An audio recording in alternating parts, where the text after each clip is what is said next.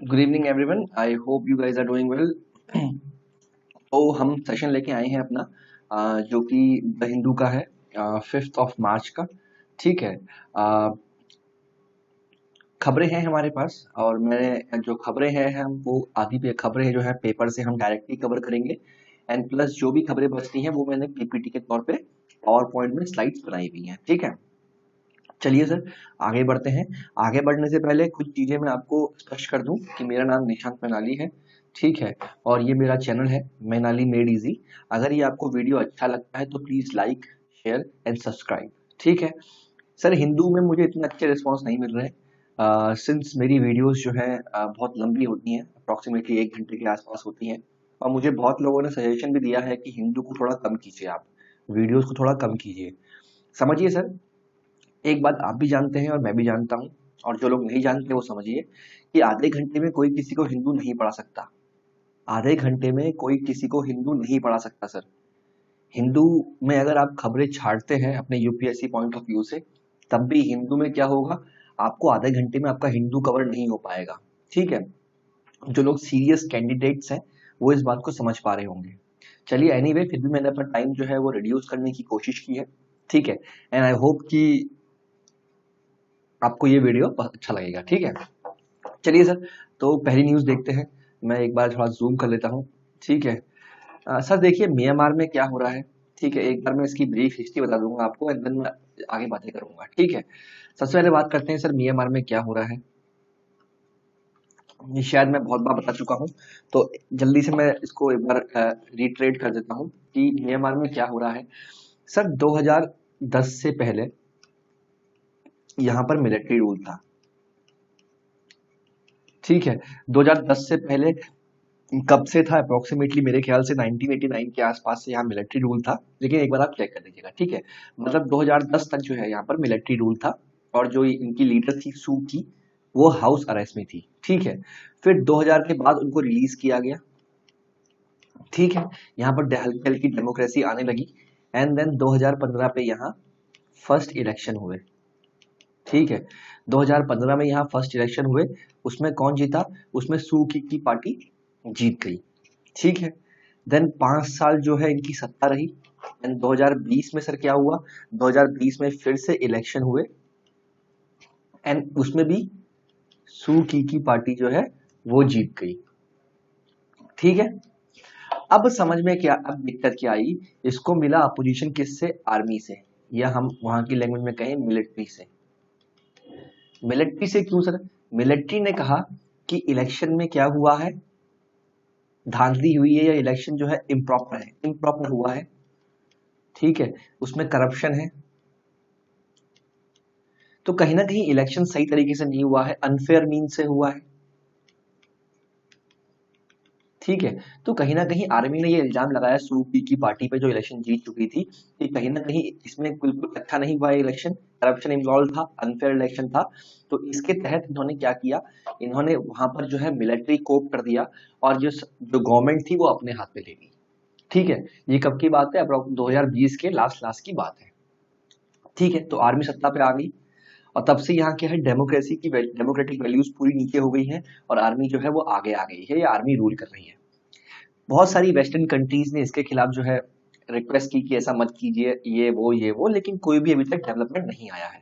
ठीक है, और पहले तो क्या था ना सर, लोग आगे बढ़ के आ रहे थे और सू की का रिलीज के लिए डिमांड कर रहे थे, और एक प्रोटेस्ट जो था वो पीसफुल था और मिलिट्री की तरफ से भी कोई ऐसे स्ट्रिंजेंट एक्शन नहीं लिए जा रहे थे। लेकिन जब सिचुएशन हाथ से बिगड़ने लग गई, मिलिट्री को लगा कि लोग ज्यादा प्रोटेस्ट में भाग ले रहे हैं, प्रोटेस्ट थोड़ा वायलेंट हो रहा है, तो फिर क्या हुआ, यहाँ पर धीरे धीरे जो है शॉट डाउन की घटनाएं हम सुनते रहते हैं। अभी कल ही जो है 7 से 8 लोगों को जो है शॉट डाउन किया गया है, कहाँ पर, म्यांमार में मिलिट्री ने किया है, जो लोग प्रोटेस्ट कर रहे थे। तो अभी इस केस में क्या हुआ है, कुछ 20 म्यांमार के लोग हैं जो बॉर्डर से इधर साइड हमारे मिजोरम साइड आ गए हैं। कितने लोग हैं, 20 म्यांमार लोग हैं।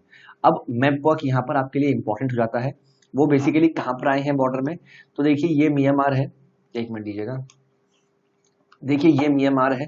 ठीक है, तो वो कहाँ पर आए हैं, वो चंपेई में आए हैं और सरचिप में आए हैं। ठीक है, तो ये बॉर्डर पार करके अराउंड 20 रेफ्यूजीज जो है इन दो जगह पे आ गए हैं। इन दो जगह पे आ गए हैं और इंडियन साइड क्या कर रही है, उन्हें proper food and shelter provide कर रही है। बाकी हाई कमीशन से पूछा है कि इनको कैसे डील किया जाए। ठीक है, तो खबरें क्या है, 20 रेफ्यूजी जो है म्यांमार से बॉर्डर पार करके कहां पर आ गए हैं, चंपाई और सरची डिस्ट्रिक्ट में। और जगह भी आने की आशंकाएं हैं, बट अभी तक ऑफिशियली डिक्लेयर नहीं किया गया है। ऑफिशियली डिक्लेयर जो है वो दो जगह किया गया है, एक है चंपाई, दूसरा है सरची। ठीक है, तो मैप वाइज आपको पता होना चाहिए कि म्यांमार भी जो है, मिजोरम जो है बाउंड्री शेयर करता है म्यांमार से, और कौन कौन से स्टेट्स करते हैं उनके बारे में पता होना चाहिए। ठीक है, तो ये मैप लोकेशन आपके लिए इंपॉर्टेंट हो जाती है। ठीक है, चलिए पहली खबर डन एंड डस्टेड। ठीक है, दूसरी खबर के बारे में हम बात करेंगे। दूसरी खबर क्या है, ये है आपकी दूसरी खबर, OTT platforms will not have to register, centre ने कहा है। पहले ये अभी एक मैंने शॉर्ट वीडियोस लिया था इसके ऊपर, करंट अफेयर के ऊपर, कि ये नए रूल्स क्या आए हैं डिजिटल मीडिया में या सोशल मीडिया के नए रूल्स क्या हैं, उसके बारे में मैंने वीडियो लिया है। तो सोशल मीडिया रूल भी थे और over the top OTT platform जो होते हैं इसके रूल भी थे। तो अभी मैं ओटीटी की बात करूंगा क्योंकि सोशल मीडिया के जो रूल्स हैं वो अभी हमारे पॉइंट ऑफ डिस्कशन नहीं है। ठीक है, तो क्या है, अब बात सुनिए मेरी कि ओटीटी क्या होता है, पहले समझिए। ओटीटी होता है ओवर दी टॉप। ठीक है, ओटीटी क्या होता है सर, ओवर दी टॉप, और इसके लिए कुछ रूल्स आए थे जो बताए गए थे। ठीक है, रूल्स क्या थे कि लेवल प्लेइंग फील्ड होना चाहिए। लेवल प्लेइंग फील्ड कैसे सर, समझिए। ओटीटी क्या होता है, पहले अगर आपसे पूछूं मैं ओटीटी क्या होता है, जैसे हमारा डिजिटल मीडिया हो गया, जैसे फॉर एग्जांपल हम नेटफ्लिक्स देखते हैं, अमेजन प्राइम देखते हैं, ठीक है, और अनेक चीजें देखते हैं। तो इसमें क्या होता है ना, ये कोई रेगुलेटरी अथॉरिटी नहीं होती इसमें। आप भी जानते हैं सर, नेटफ्लिक्स में या ये अमेजन प्राइम में जितनी भी ये वेब सीरीज आती है, अगर मैं देखिए, मैं किसी को टारगेट नहीं कर रहा, नॉर्मली बता रहा हूँ कि इसमें जो है गाली गलौच और जो है पोर्नोग्राफी हम अमूमन देख लेते हैं या दिख जाती है। ठीक है, क्योंकि इसमें कोई बाधाएं नहीं है, इस पे कोई रेगुलेटरी अथॉरिटी नहीं है। समझ रहे हैं, कहीं ना कहीं बहुत सारे सीरियल्स या वेब सीरीज ऐसी भी होती हैं जो कि लोगों के सेंटिमेंट्स को हर्ट करती है, तो एक प्रॉपर ग्रीवेंस मैकेनिज्म भी नहीं है। तो अभी जो आईबी मिनिस्ट्री है उसने क्या किया है, उसने कुछ रिफॉर्म्स कहे हैं। पहला रिफॉर्म क्या है, एक 3 टायर ग्रीवेंस मैकेनिज्म होना चाहिए। क्या होना चाहिए, 3 tier grievance mechanism, 3 tier grievance mechanism. ठीक है, ये क्या, पहला क्या होगा, पहले जो कंपनी अपने आप ही इसको सुलटाएगी। पहले मैकेनिज्म में क्या होगा, कंपनी अपने अंदर ही एक कमेटी बना देगी और उसको सुलटा देगी। अगर कोई ग्रीवेंस होती है, मान लीजिए कोई वेब सीरीज आई, उसको लेके मेरे कोई सेंटिमेंट्स हर्ट होते हैं, किसी वेब सीरीज को लेके मेरे कोई सेंटिमेंट्स हर्ट होते हैं, तो मैं कंपनी को ही शिकायत करूंगा, वो सोशल मीडिया जो कंपनी को ही शिकायत करूंगा, और उस कंपनी अपने अंदर ही एक ग्रीवेंस मैकेनिज्म बनाएगी जिससे कि वो सॉर्ट आउट हो जाएगा। अगर कंपनी के इस डिसीजन से मैं खुश नहीं हूं या मैं सेटिस्फाई नहीं हूं, तो इसके बाद सेकंड टियर में क्या होगा, सेकंड टियर में क्या होगा, एक रेगुलेटरी अथॉरिटी होगी, एक रेगुलेटरी बॉडी होगी, आरबी लिख रहा हूं मैं, एक रेगुलेटरी बॉडी होगी जिसको चेयर कौन करेगा, एक रिटायर्ड सुप्रीम कोर्ट या हाई कोर्ट क्या जज। ठीक है, एक रेगुलेटरी बॉडी होगी जिसे कौन वो करेगा, मतलब जिसे कौन हेड करेगा, एक रिटायर्ड सुप्रीम कोर्ट या हाई कोर्ट जज। ठीक है, पहला कंपनी खुद बनाएगी कोई मैकेनिज्म, दूसरा एक रेगुलेटिंग बॉडी होगी, अगर मैं इसके फैसले से खुश नहीं हूं तो एक रेगुलेटिंग बॉडी होगी जिसको हेड कौन करेगा, रिटायर्ड सुप्रीम कोर्ट या हाई कोर्ट का जज या कोई एमिनेंट जूरिस्ट। ठीक है, इसके पास सेंसर की पावर भी होगी। ठीक है, अगर मैं इनके डिसीजन से भी खुश नहीं हूं तो क्या होगा, एक इंटर मिनिस्ट्रियल कमेटी बनाएंगे। क्या बनाएंगे, हम बनाएंगे एक इंटर मिनिस्ट्रियल कमेटी होगी, एक इंटर मिनिस्ट्रियल कमेटी होगी। ठीक है, जो क्या, जिसको कौन हेड करेगा, जॉइंट सेक्रेटरी। ठीक है, समझ में आया सर क्या कह रहा हूं, आई होप समझ में आ रहा होगा आपको। पहला क्या होगा, कंपनी अपने आप जो है ग्रीवेंस का मैकेनिज्म सॉर्ट आउट कर लेगी, अपने अंदर ही एक बॉडी बना लेगी। अगर उससे सेटिस्फाई नहीं होते हैं तो एक रेगुलेटिंग बॉडी होगी, जैसे प्रेस पीसीआई की होती है ना रेगुलेटिंग बॉडी, पीसीआई लाइक एक रेगुलेटिंग बॉडी होगी जिसको हेड कौन करेगा, सुप्रीम कोर्ट का जज, रिटायर्ड या हाई कोर्ट का या कोई एमिनेंट जूरिस्ट। और अगर इसके फैसले से भी हम खुश नहीं है तो एक इंटर मिनिस्ट्रियल कमेटी होगी, एक इंटर मिनिस्ट्रियल कमेटी होगी जिसे हेड कौन करेगा, जॉइंट सेक्रेटरी लेवल का आदमी जो है उसे हेड करेगा। ठीक है, तो 3 टियर मैकेनिज्म समझ में आ गया आपको क्या था। ठीक है, दूसरा कहा है self classification on basis of age. ये क्या चीज है? Self classification on the basis of age. सिर्फ जो मैं टिक कर रहा हूं वो पढ़िए। सेल्फ क्लासिफिकेशन क्या है? हम कंटेंट को 5 भाग में डिवाइड करेंगे। एक होगा यू, यूनिवर्सल, जिसे सब लोग देख सकते हैं। यूए 7 से जो यूए होगा उसे क्या, वो उसका मतलब क्या होगा? 7 से प्लस 7 साल से ऊपर के बच्चे उसे देख पाएंगे। यूए 13 प्लस मतलब 13 साल से ऊपर के बच्चे उसे देख पाएंगे। यूए 16 प्लस मतलब 16 साल के बच्चे से ऊपर उसे देख पाएंगे। और ए मतलब जो है एडल्ट, जो एडल्ट देखेगा। ठीक है, तो हमने डिवाइड कर दिया कैटेगरी में, हमने डिवाइड कर दिया कैटेगरी में। दूसरा पॉइंट भी हमारा सॉल्व हो गया। लेवल प्लेइंग फील्ड करना है, ठीक है। ओनरशिप को डिस्क्लोज करना है और साइज ऑफ आउटरीच इसे भी डिस्क्लोज करना है, ठीक है। पांचवा क्या है? Parental block. पेरेंटियल ब्लॉक क्या है? पेरेंशियल ब्लॉक क्या है सर? पेरेंशियल ब्लॉक ये है कोई भी कंटेंट जो यूए 13 प्लस से ऊपर है, जो 13 साल से बच्चों से ऊपर है और अबव, उसमें क्या होगा? एक पेरेंटल लॉक होगा फॉर एनी कंटेंट, ठीक है। और जो ये आपका एडल्ट वाला जो क्लासिफिकेशन है, इसमें एक प्रॉपर रिलायबल एज वेरिफिकेशन होना चाहिए, मैकेनिज्म होना चाहिए, जिससे कि कंटेंट वही लोग देख पाए, ठीक है। समझ में आया सर आपको? अभी का समझ में आया जो मैंने आपको कहा? ठीक है। अब न्यूज क्या कहती है, न्यूज देख लेते हैं। ये तो था आपके रिफॉर्म जो हुए थे, न्यूज क्या कहती है। अब सर न्यूज ये कहती है, ये देखिए, गवर्नमेंट ने अनाउंस किया न्यू इंफॉर्मेशन टेक्नोलॉजी रूल्स 2021, इसका नाम पढ़ लीजिएगा, with introduced 3 tier grievance redressal mechanism और ओटीटी प्लेटफॉर्म। बहुत सारे रूल्स थे, समझिए, बहुत सारे रूल्स थे, लेकिन अभी हम बात किसी कर रहे हैं, सिर्फ इस 3 tier की बात कर रहे हैं। अभी किसकी बात चल रही है? सिर्फ 3 tier ग्रीवेंस मैकेनिज्म की बात चल रही है, ठीक है। तो इसमें क्या कहा है? पहला तो एक ग्रीवेंस सेल होना चाहिए जो कंपनी के अंदर ही होगा। टीयर 2 क्या होगा? एक self regulatory body of the OTT platforms, ठीक है। अगर इससे भी संतुष्ट नहीं है तो एक इंटर मिनिस्ट्रियल पैनल होगा to look into the complaints if they are not resolved at the first 2 levels, ठीक है। इसके अलावा ये एज क्लासिफिकेशन जो हमने पढ़ा है ये आपका हो गया है। अब समझ में क्या, अब ये क्या कह रहे हैं, जो ये सेल्फ रेगुलेटरी बॉडी होगी ना, जो टीयर 2 होगा, जो ये टीयर 2 होगा, सेल्फ रेगुलेटरी बॉडी जो होगी टीयर 2 की, इसमें क्या होगा? इसमें कोई भी गवर्नमेंट का नॉमिनी नहीं होगा। मतलब गवर्नमेंट इसमें किसी को अपॉइंट नहीं करेगी। समझ में आया? गवर्नमेंट का मेन काम कहां शुरू होगा? टीयर 3 में, जहां पर एक इंटर मिनिस्ट्रियल कमेटी होगी। जब इन दो से संतुष्ट नहीं होते हैं तब टीयर 3 जो है वो ट्रिगर हो जाएगा।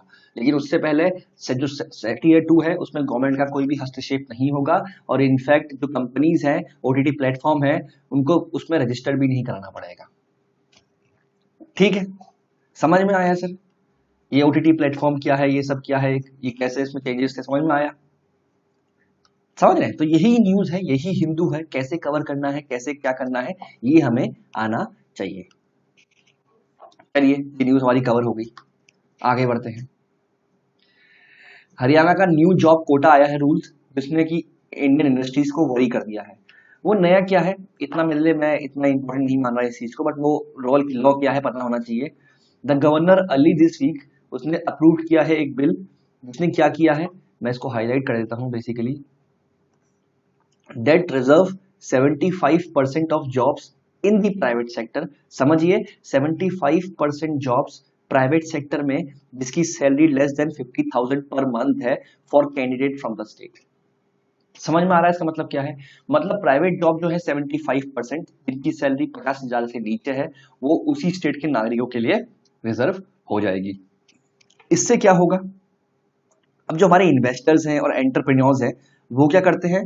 वो बेस्ट ह्यूमन सोर्स लाते हैं अवेलेबल इन द कंट्री। मान लीजिए एक इंडस्ट्री हरियाणा में खुल रही है, लेकिन वहां पर काम करने वाला जो आदमी है, जो आदमी चाहिए, वो बेस्ट आदमी कहाँ मिलेगा हमें? वो बेस्ट आदमी हमें मिलेगा कहाँ? पंजाब मान लेते हैं, तो उसे पंजाब से हम ला नहीं पाएंगे, उसे पंजाब से हम ला नहीं पाएंगे, क्योंकि सिंस ये यहाँ पर लागू हो गया है कि जिस भी पोस्ट की सैलरी 50,000 से कम है, 75% जॉब जो है प्राइवेट सेक्टर में, वो उसी स्टेट वाले के लिए फिक्स है। इससे क्या होगा? कहीं ना कहीं प्राइवेट इन्वेस्टमेंट जो है वो हैम्पर करेगा। ये मैं नहीं कह रहा हूँ, ये उदय शंकर साहब कह रहे हैं, जो प्रेसिडेंट्स है इसके फिकी के, federation of Indian chambers of commerce and industry, ठीक है। तो जो लॉ था ये आपको पता होना चाहिए, बाकी सब ठीक है। चलिए एक ये न्यूज भी है हमारे पास, ये भी देख लेते हैं। ये बांग्लादेश से क्या है, हमारे हमेशा इश्यूज रहे हैं। जो हमारा बांग्लादेश से बॉर्डर है, आप मुझे कमेंट सेक्शन में बताइए कि इंडिया का बांग्लादेश का बॉर्डर लॉन्गेस्ट कौन कौन से स्टेट से शेयर होता है। इंडिया बांग्लादेश का बॉर्डर, वहां पर क्या हो रहे हैं, वहां पर बॉर्डर किलिंग्स जो है बढ़ती जा रही हैं। हम भी जानते हैं, आप सभी जानते हैं कि सर बांग्लादेश बॉर्डर से बहुत सारी स्मगलिंग होती है, चाहे वो गाय की हो चाहे वो ड्रग्स की हो, स्मगलिंग होती है। इस चक्कर में क्या होता है कि मुठभेड़ में जो है बहुत सारे क्रिमिनल्स जो है या लोग हैं वो मारे जाते हैं। और ये कैसे क्यों मरते हैं, ड्यू टू क्राइम मरते हैं। ठीक है, ये हम नहीं कह रहे हैं, ये मिनिस्ट्री कह रही है, एक्सटर्नल मिनिस्ट्री की तरफ से स्टेटमेंट आया है जो कि जयशंकर साहब कह रहे हैं। ठीक है, साथ मिलकर हमें इसे कम करना चाहिए। और एक वर्ड का यूज हुआ है, no crime no death border.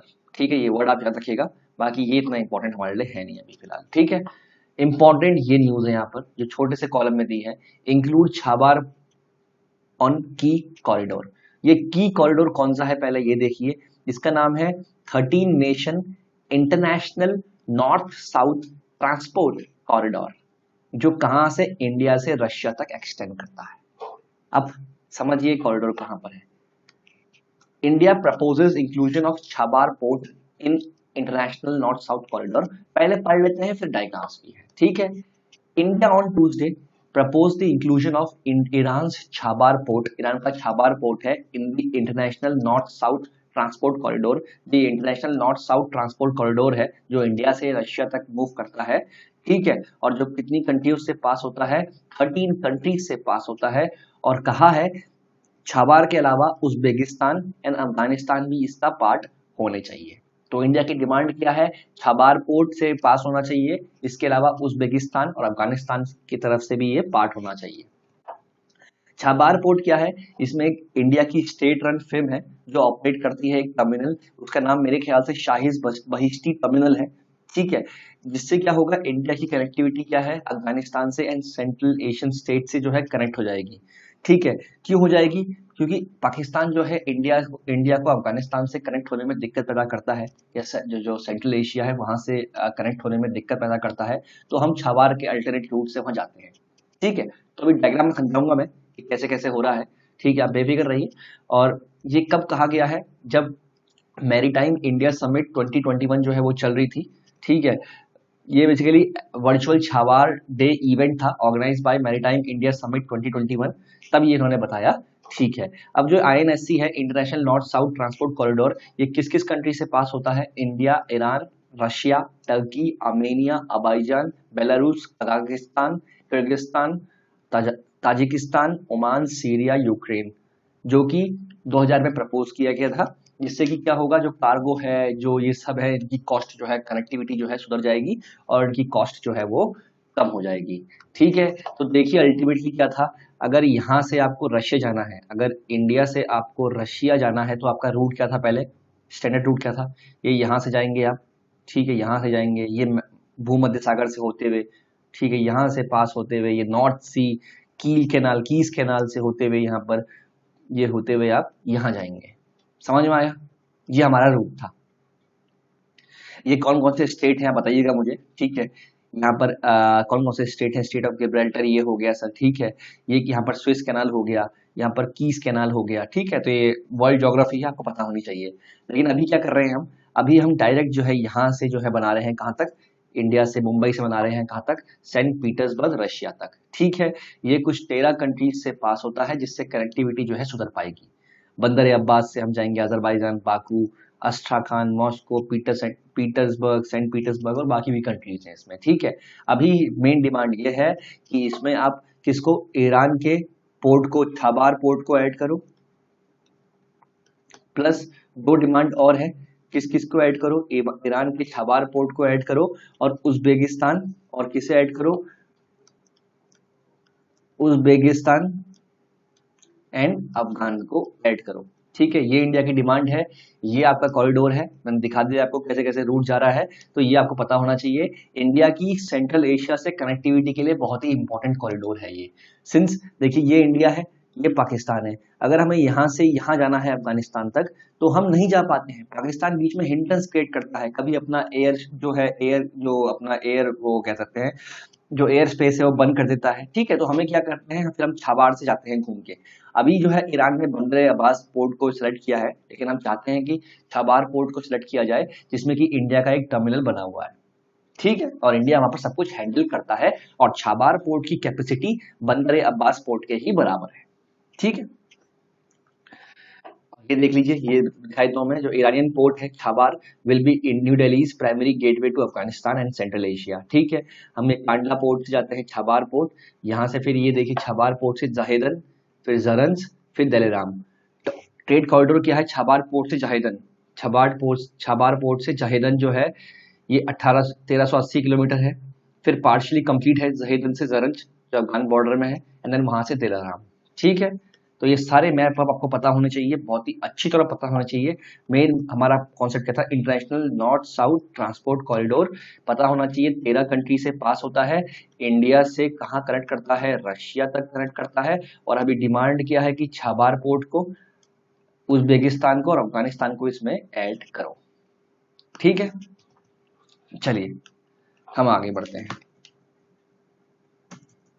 देखिए ऐसी न्यूज आपको करनी पड़ेगी, वरना तो मुश्किल हो जाएगा आपके लिए। ठीक है, वरना तो बहुत मुश्किल हो जाएगा आपके लिए, तो आपको ऐसी जो है न्यूज ऐसी आपको देखनी पड़ेगी। रुकिएगा,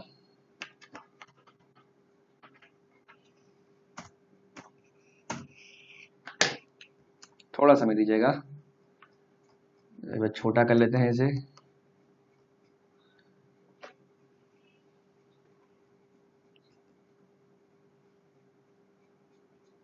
इसमें एक छोटी न्यूज थी, ये सैरो सर्वे क्या है इसके बारे में पता है आपको? ये सैरो सर्वे क्या होता है इसके बारे में पता है किसी को? नहीं पता है तो बताइए, बता दूंगा मैं। सैरो सर्वे क्या होता है? ये एक सर्वे होता है, एक ऑर्गेनाइजेशन या गवर्नमेंट की ऑर्गेनाइजेशन करती है। इसमें क्या चेक करते हैं कि कितने लोगों के अंदर जो है एंटीबॉडी है, कितने लोगों के अंदर क्या है, एंटीबॉडी आ गई है। तो एक सैरो सर्वे किया है, ये जो सैरो सर्वे किया है ये किसने किया है, centre for cellular and molecular biology CCMB, national institute of nutrition NIN, and Bharat biotech international limited. इन्होंने अराउंड 900 पार्टिसिपेंट्स में चेक किया है, और ये पता लगाया है ऑन एन एवरेज बेसिस कि 54% ऑफ द पॉपुलेशन जो है हैदराबाद में, वो क्या है, उनके पास क्या है, एंटीबॉडीज है। तो ये अच्छा डेवलपमेंट है कि 54% जो लोग हैं उनके पास एंटीबॉडीज है अगेंस्ट कोरोना। ठीक है, इसे हम कहते हैं सैरो सर्वे। तो ये टर्म आप एग्जाम में देख सकते हैं, सैरो सर्वे क्या होता है। ठीक है, चलिए हम आगे बढ़ते हैं, एक मिनट दीजिएगा।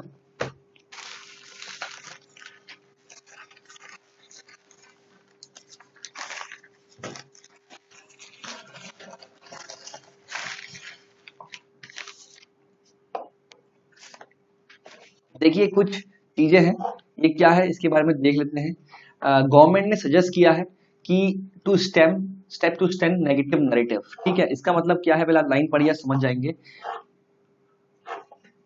दे include tracking 50 negative and 50 positive influences and neutralising those writing against government without proper fact. ठीक है, मतलब बेसिकली ये आप कह सकते हैं कि ये मेरे हिसाब से फ्रीडम ऑफ स्पीच में एक और वार है। ठीक है, क्योंकि ये लाइन जो यहाँ पर है बड़ी ऑफेंसिव लाइन दिखी है मुझे, neutralising those writing against government without facts. लेकिन जब विदाउट फैक्ट्स लिखा है तो ये ठीक बात है, ये भी अच्छा है। तो बेसिकली क्या है, स्ट्रेटेजी क्या है, two major outreach programmes by each ministry to ensure year bound coverage of government events. ये हर एक मिनिस्ट्री को करना पड़ेगा।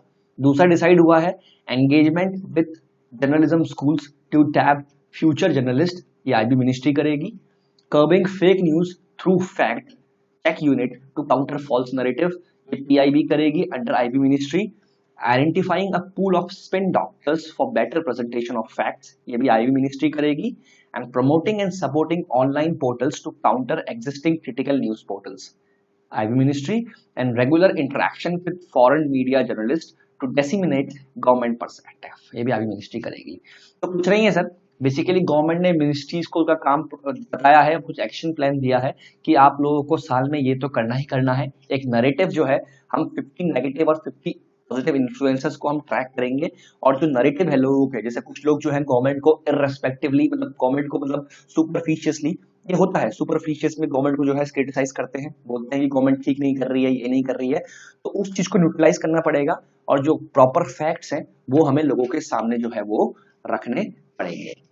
ठीक है, चलिए एक बार ये आर्टिकल आप पढ़ लीजिएगा, इंपॉर्टेंट आर्टिकल है। ठीक है, इसके बगल में ही इसकी निंदा करते हुए कांग्रेस ने कहा है, ये पॉलिटिकल आर्टिकल है लेकिन मैं सिर्फ इतना, मैं एक अच्छी चीज लगी है, इन्होंने ये कहा है, अभी देखिए कुछ समय पहले कल या परसों में एक रिपोर्ट आई थी फ्रीडम हाउस की, report of the freedom house, एक यूएन बेस्ड एनजीओ है, जिसने ये कहा है कि इंडिया में फ्रीडम जो है वो बहुत ही गिर गया है, इंडिया की रैंकिंग जो है उसमें गिर गई थी। ठीक है, the Modi government has not just encroached on press freedom but freedom itself.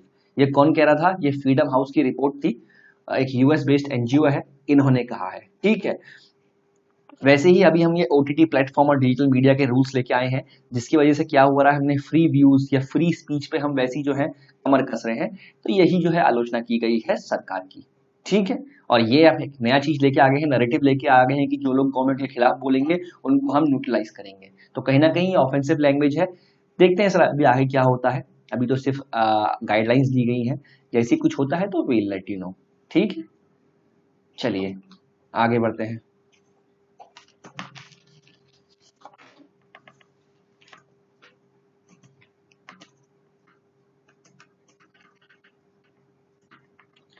Corona के केसेस दोबारा से स्पाइक कर रहे हैं। ठीक है, पिछले देखिए ये एक डेटा हमारे पास दिया हुआ है कि जनवरी 18 में अराउंड 18,000 केसेस थे, देन ये कंटिन्यूसली डाउन हो गए थे, एंड देन अभी दोबारा से स्पाइक आ गया है। मार्च 3 में जो हमारे पास केसेस आ रहे हैं ऑल ओवर इंडिया, वो आ रहे हैं 17,425 केसेस। तो हमें जो है वैक्सीनेशन को जल्दी से जल्दी बढ़ाना होगा, हमें जो है वैक्सीनेशन को जल्दी से जल्दी बढ़ाना होगा, और जो आखिरी आदमी तक है, या एक मास जो कह सकते हैं, एक हर्ड इम्यूनिटी जल्दी से जल्दी हमें जो है स्थापित करनी होगी, जिससे कोरोना के केसेस जो है वो रुक जाए। ठीक है, चलिए अभी एक ये देखिए आपका, एक ये आया है, क्या आया है, एक ये डेटा है आपका, ये है आपका, ये डेटा निकाला है मिनिस्ट्री ऑफ हाउसिंग। ठीक है, डेटा आपका housing and urban affair ministry ने निकाला है, मैं दोबारा बता रहा हूँ, ये डेटा आपका ministry of housing and urban affair ministry ने निकाला है।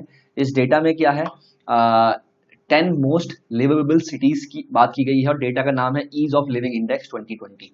Ease of living index 2020 ministry of housing and urban affairs, ठीक है, ministry of housing and urban affairs ने निकाला है data ease of living index 2020, जिसमें कि इंडिया की 10 मोस्ट लिवेबल सिटीज के बारे में बताया गया है। पहला जिसकी पॉपुलेशन ओवर 1 मिलियन है, और जिसकी पॉपुलेशन क्या है, लेस देन 1 मिलियन है।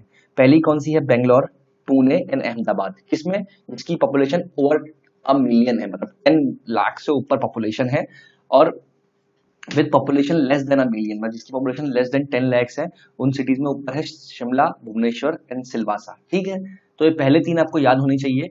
और इसमें वेटेज क्या है, पैरामीटर्स क्या है, पहला है क्वालिटी ऑफ लाइफ, जिसका 35% है। दूसरा है सस्टेनेबिलिटी, सस्टेनेबिलिटी मतलब चीजों का ऐसा इस्तेमाल करना कि हमारी जो भविष्य की जनरेशन है उनके लिए भी पर्याप्त मात्रा में हम छोड़ पाए।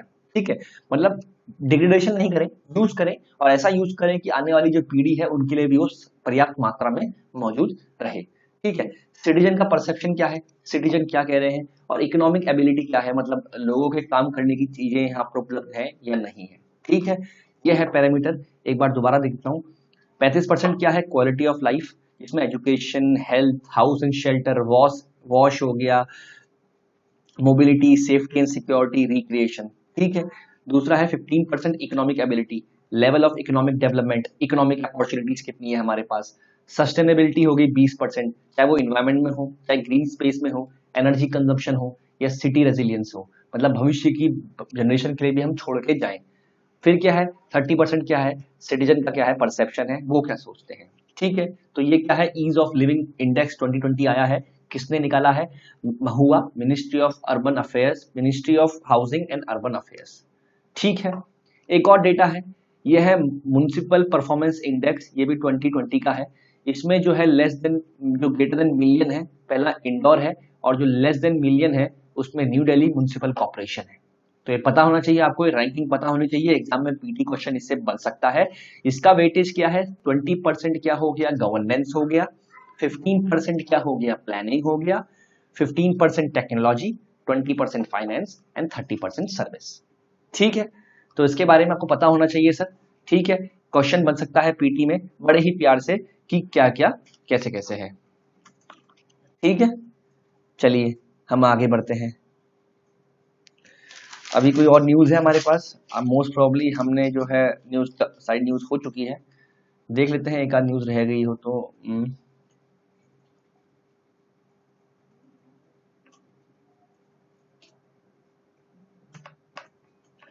ये आर्टिकल पढ़िएगा, थोड़ा इंपॉर्टेंट है कि बाइडेन गवर्नमेंट ने क्या कहा है कि एक ग्लोबल टाइज या ग्लोबल अलायंस जो है बढ़ाना चाहेंगे। इजी लैंग्वेज है, एक बार पढ़ लीजिएगा। म्यांमार में हमने बताया कि वहां पर हम देख रहे हैं हाल ही में जो है प्रोटेस्टर्स को शॉट किया जा रहा है।